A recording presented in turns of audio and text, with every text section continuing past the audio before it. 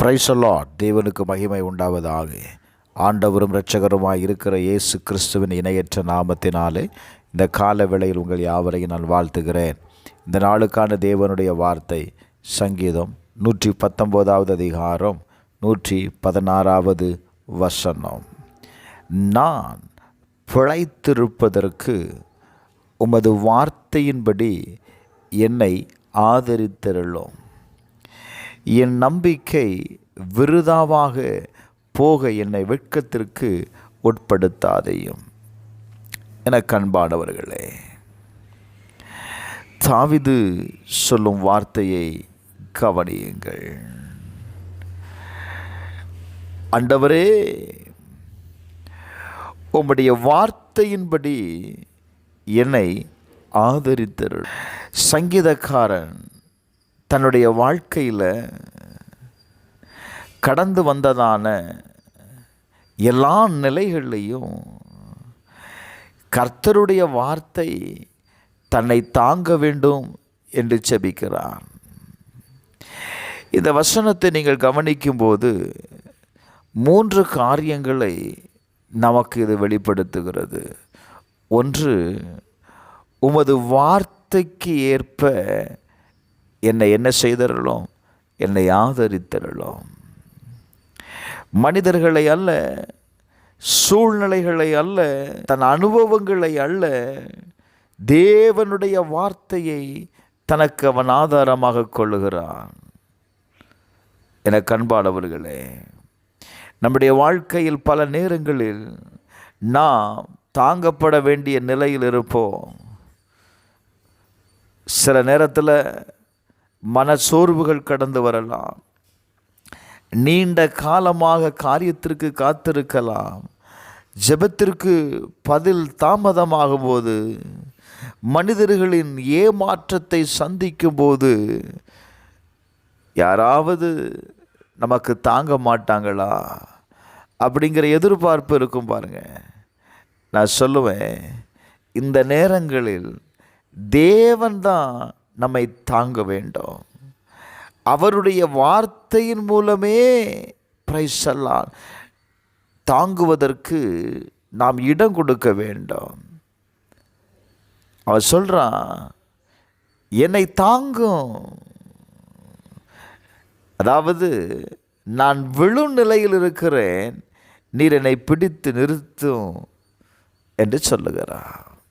நான் இப்படி சொல்லுவேன் பாருங்க, நீங்கள் எப்படிப்பட்ட நிலையில் இருந்தாலும் தேவனுடைய வார்த்தை உங்களை தாங்குவதற்கு இடம் கொடுங்க.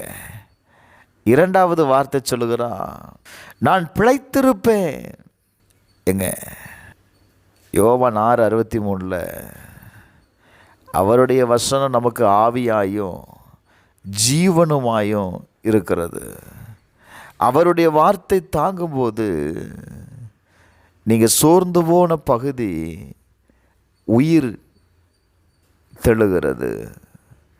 உங்கள் நம்பிக்கை மீண்டும் கட்டப்படுகிறது. நீங்கள் ஒரு வலிமையை பெற்றுக்கொள்ளுகிறீர்கள். அதனால் இந்த கால வேளையில் இன்றைக்கு அவன் சொல்கிற வார்த்தை என்ன தெரியுமா?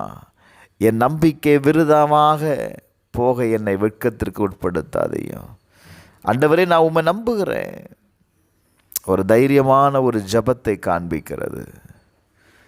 நான் இப்படி சொல்லுவேன், உங்களுடைய எந்த சூழ்நிலையாக இருந்தாலும் சரி, இந்த கால வேளையில் கர்த்தரை நம்புங்க. உம்மை நம்பி காத்திருக்கிறேன்.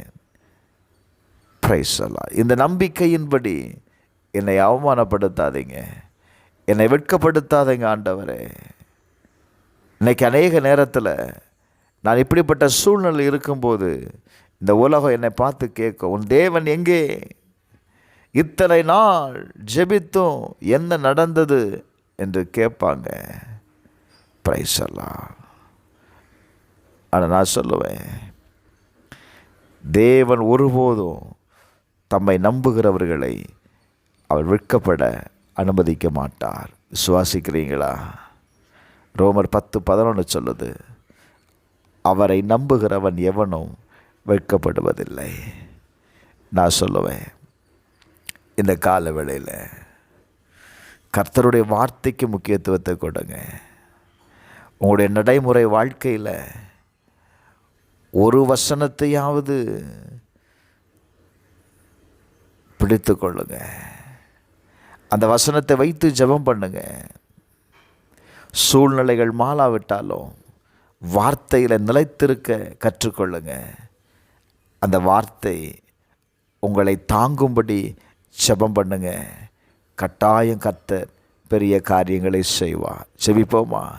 கர்த்தாவே, எங்கள் பலவீன நேரங்களில் உமது வார்த்தையால் நீர் எங்களை தாங்க வேண்டும் என்று ஒப்பு கொடுக்கிறோம்ப்பா. நாங்கள் உயிரோடு நம்பிக்கையோடு நடக்க உமது வாக்கு தத்தங்களை எங்களுக்கு தாரும். உங்கள் வார்த்தை எங்களை உயிர்ப்பிக்கட்டும். உம்மை மட்டும் நாங்கள் நம்பியிருக்கிறோம்ப்பா. ஒருபோதும் வெட்கப்படாதபடி எங்களை நிலைநிறுத்தும். இயேசுவின் நாமத்தில் ஜெபிக்கிறேன் பிதாவே.